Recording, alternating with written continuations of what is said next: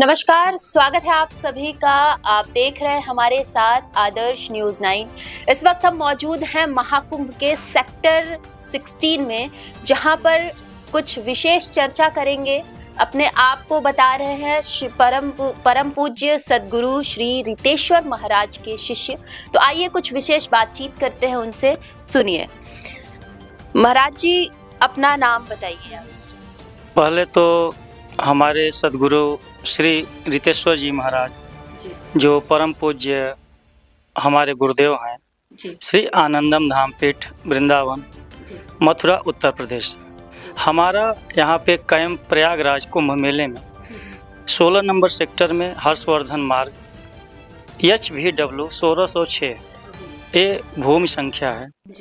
और गुरुदेव का प्रकल्प सनातन विश्वविद्यालय से है, जो कि हमारा 1000 एकड़ में सनातन विश्वविद्यालय खुलने का प्रकल्प है गुरुदेव जी द्वारा। और वह हम लोग काफ़ी नज़दीक तक पहुंच चुके हैं।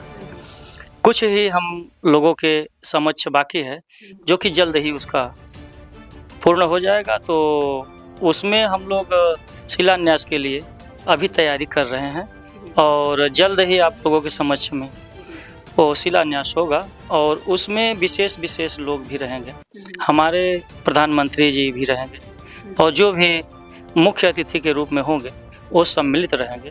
और गुरुदेव भगवान सनातन विश्वविद्यालय के लिए 16 संस्कार की जो विद्याएं हैं वह 16 मंदिर के रूप में बनाना चाहते हैं, जो कि हमारा जो शिक्षा होगा वह गर्भ से लेके गर्भ तक होगा। उसमें किसी भी प्रकार का यह नहीं है कि यह शिक्षा डिवाइस नहीं होगी। हर शिक्षा को उसमें डिवाइस किया जाएगा, मिलाया जाएगा, जिसमें हम कंप्यूटर से लेके अपना विज्ञान, उसमें सब मेटाफिजिक्स जो भी है सबको समाहित किया जाएगा। और सब एक सिरे से उसमें सांस्कृतिक और सनातन से जुड़े हुए जो लेवल रहेंगे उसमें रहेंगे। और गुरुदेव भगवान का जो ये प्रकल्प विद्यालय का है सनातन विश्वविद्यालय का, उसमें रिसर्च सेंटर अन्य देशों से भी यहाँ आके, जो कि वार्ता हुई है, आके अपना रिसर्च सेंटर भी रखेंगे। और कई चीज़ों का आविष्कार होगा जो कि हमारे उस विद्यालय से जुड़े हुए रहें। अच्छा, मतलब ओवरऑल काफ़ी बड़ी संस्था बनाई जाएगी। महाराज जी, ये बताइए, सनातनियों की काफ़ी जानी मानी पर्सनैलिटी जाने जाते हैं ये हमारे रितेश्वर जी महाराज, है ना। उनसे आपका ताल्लुकात कैसे हुआ, कैसे आपकी मुलाकात हुई, कैसे आप उनके शिष्य बने? पहले तो मैं साधु संतों में विश्वास नहीं करता था। कुराव प्रयागराज में पड़ता है जी। और गुरुदेव जी प्रयागराज में आए थे, कुराव क्षेत्र की। वहाँ पे लच्छानंद जी थे, रज्जन सिंह जी। और उनके माध्यम से हमको सद्गुरुदेव भगवान का सानिध्य प्राप्त हुआ। पहले तो मैं विश्वास नहीं करता था कि ऐसे भी संत हो सकते हैं, मगर कुछ समय उनकी वाणी सुनने के बाद हमको लगा कि इनसे जुड़ना चाहिए। और तब से ही हम उनके सानिध्य में धीरे धीरे प्रवेश करते गए। और 2016 से लगभग उनका सानिध्य हमको प्राप्त हुआ। और आज तक एक उस सीमा पे हैं कि जहाँ गुरुदेव भगवान अकेले कुछ भी करा सकते हैं। जब यह गुरुदेव भगवान कार्य कुंभ का हमको दिए तो हमको लगा कि ये कैसे कार्य होगा। इसके बारे में हमको किसी भी तरीके से कोई जानकारी नहीं थी कि कैसे कैंप लेना होता है, कैसे ज़मीन अलाट होगा या सुविधाएं कैसे प्राप्त होती है। मगर ये पहला रहा और धीरे धीरे एक दूसरे के माध्यम से हमको जानकारी मिलती गई और आसानी से कार्यक्रम होता चला गया। गुरुदेव भगवान को आना जब हुआ तो जिस स्तर से गुरुदेव भगवान रहते थे उस स्तर से यहाँ हमारी व्यवस्था नहीं थी, मगर हमारे नागा साधु संत जो भी हमारे इष्ट थे और हमारे मित्र थे, उनके समक्ष जाके हमने प्रार्थना किया और वो लोग सब हमारे कंधे से कंधा मिलाकर यहाँ गुरुदेव भगवान के स्वागत में लगे। और यहाँ आके जितने हमारे नागा साधु थे, सन्यासी थे और विप्र लोग थे, सब आके गुरुदेव भगवान के इस आगमन में सब भाग लिए और गुरुदेव भगवान का आशीर्वाद प्राप्त किए।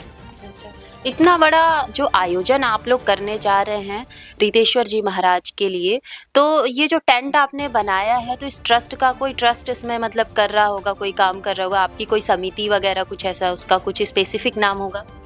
हमारा ट्रस्ट श्री आनंदम धाम ट्रस्ट है। अच्छा। जो कि सदगुरुदेव भगवान इसके सब मालिक हैं, और ये हम इस समय प्रतिनिधि के रूप में कार्य कर रहे हैं, और जो भी यहाँ पे है एक कर्ता के रूप में गुरुदेव भगवान का जो आज्ञा हुआ है कि आप लोग कर्ता के रूप में इस कार्य को करते रहें। बाकी तो हमारे परम पूज्य गुरुदेव ही हैं। जी। ऐसे कामों को करते वक्त आपको काफ़ी कठिनाइयों का भी सामना करना पड़ा होगा, तो किन किन कठिनाइयों का सामना किया आपने? जो भी कठिनाइयाँ आती थी वो गुरुदेव भगवान के द्वारा हमको सब सुलभ हो जाती थी। कठिनाइयाँ तो हमारे कार्य में कभी नहीं रहती। मान लीजिए कहीं मन होता है, मन व्यग्र होता है, तो मन अगर व्यग्र होता है तो गुरुदेव भगवान से वार्ता हो जाती है, तो हमको लाइन कुछ न कुछ बता देते हैं, और जो सरल रूप से हम उसको कर पाते हैं। अच्छा जी। आप जो बचपन से आपने रितेश्वर जी महाराज से आपकी मुलाकात बचपन से तो नहीं हुई होगी, है ना?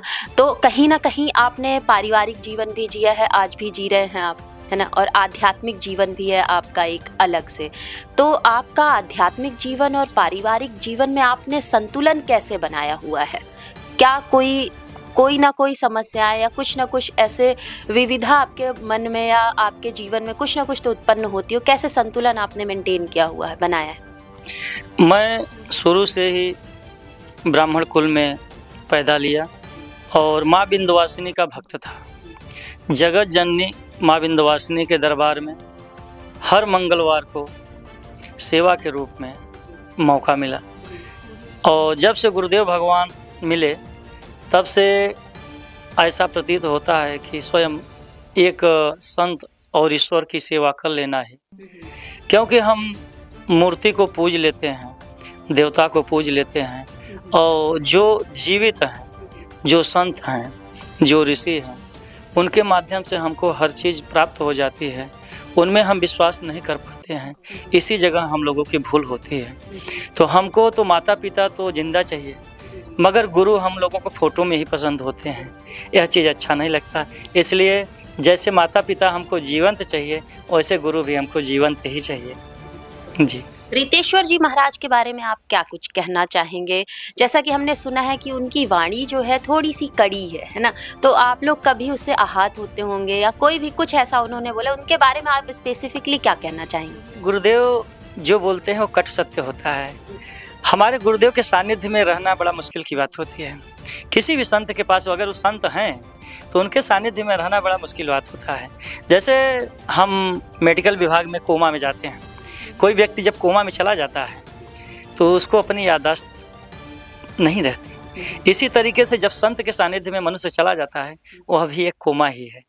तो इस कोमा से अगर मनुष्य निकल जाता है तो आजीवन, जीवन पर्यंत काल तक उसको किसी कोमा की ज़रूरत नहीं होती, और किसी से आघात वह पा नहीं सकता।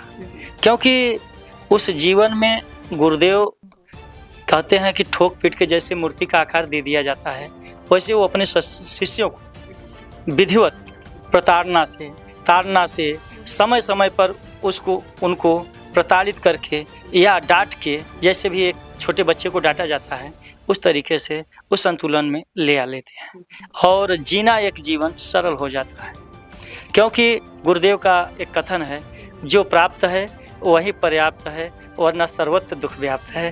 तो जो हमको गुरुदेव मिले हैं वो उसी में मैं खुश हूँ और उसी में आनंदित रहना चाहता हूँ, बस। महाकुंभ का आयोजन है, हम सब यहाँ पे महाकुंभ के लिए प्रस्तुत हुए हैं, जो भी जैसे है ना। तो महाकुंभ के बारे में आप स्पेशली श्रद्धालुओं को क्या कहना चाहेंगे?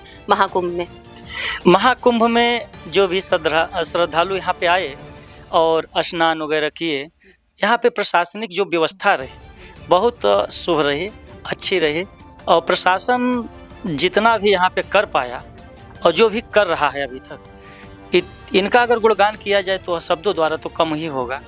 क्योंकि हमारे माननीय मुख्यमंत्री और माननीय प्रधानमंत्री जी का बड़ा इसमें सहयोग रहा। मुख्यमंत्री जी का जो समय समय में यहाँ दौरा हुआ, इससे जो सुरक्षा की दृष्टि हो या जो भी अधिकारी वर्ग हों, हमारे पुलिसकर्मी हों या सेना के जवान हों या हमारे जो वाहन जो सरकारी लगे हुए हैं, सब ने कंधे से कंधा मिलाकर इस महाकुंभ में अपनी अहम भूमिका निभाई है। और यहाँ पे बम और ATS के लोग भी जगह जगह पे अपना, कुछ गुप्त लोग भी रहते हैं जो सरकारी हैं, अपना हर काम में, क्योंकि देखिए प्रशासनिक जितने भी वर्ग हैं यहाँ महाकुंभ में जो आए हैं, बड़े भाव से, बड़े श्रद्धा से और अपनी लगन से यहाँ पे लगे हुए हैं। और प्रशासन का तो बहुत बड़ा योगदान रहा है, उनको जितना कहा जाए वो कम ही है। प्रशासन का इतना बड़ा योगदान होने के बावजूद भी 29 जनवरी की जो रात थी इतनी भयावह थी, उस पर आप क्या कहना चाहेंगे? देखिए, समुद्र मंथन जब हुआ था तो उसमें से प्रथम में ही अमृत का उद्गम नहीं हुआ था, पहले तो विष ही निकला था।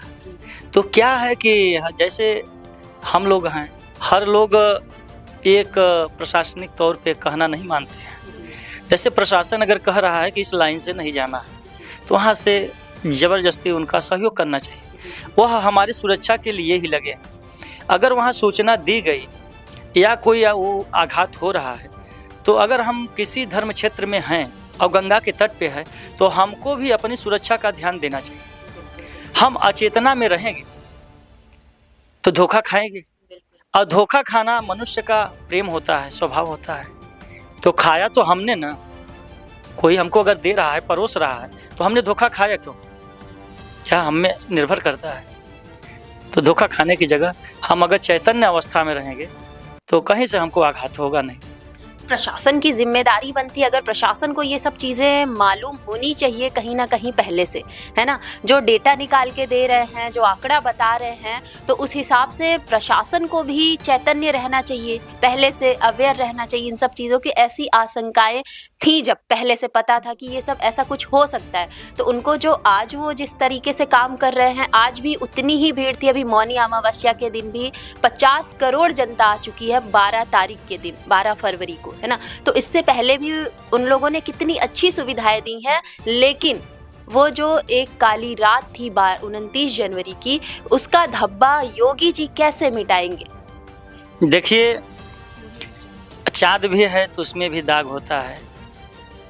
कार्य जो भी करता है तो उससे कुछ न कुछ गलतियां हो ही जाती है। जी। तो आप ये मानते हैं कि प्रशासन की कहीं ना कहीं गलती थी? प्रशासन की अगर गलती है तो जनता की भी तो गलती है। केवल प्रशासन की अगर गलती कही जाए तो यह गलती नहीं मान्य है, जनता की भी गलती है। अगर जनता ही प्रशासन क्यों है? जनता की सुरक्षा के लिए है। अगर वो सुरक्षा की दृष्टि से हमको राह बता रहे हैं तो उनके राह पे हमको चलना चाहिए। अगर हम नहीं चल रहे हैं तो इसमें प्रशासन का क्या दोष दे सकते हैं?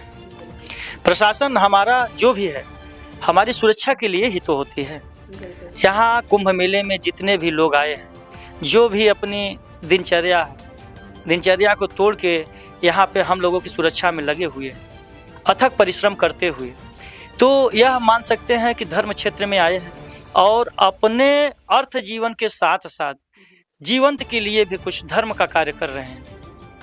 अगर उसमें अनजाने में कुछ गलतियां अगर हो जाती हैं तो उनको हम कुछ उलाहना न दे करके उनका भरोसा तोड़ना नहीं चाहिए, भरोसा उनसे जोड़ना चाहिए। क्योंकि वो कार्यरत उसमें प्रशासन के लोग भी तो थे जिनको आघात पहुंचा, जनता ही तो नहीं है जिसको आघात पहुंचा। प्रशासन के लोग भी तो गए, वो भी तो किसी के बेटे थे।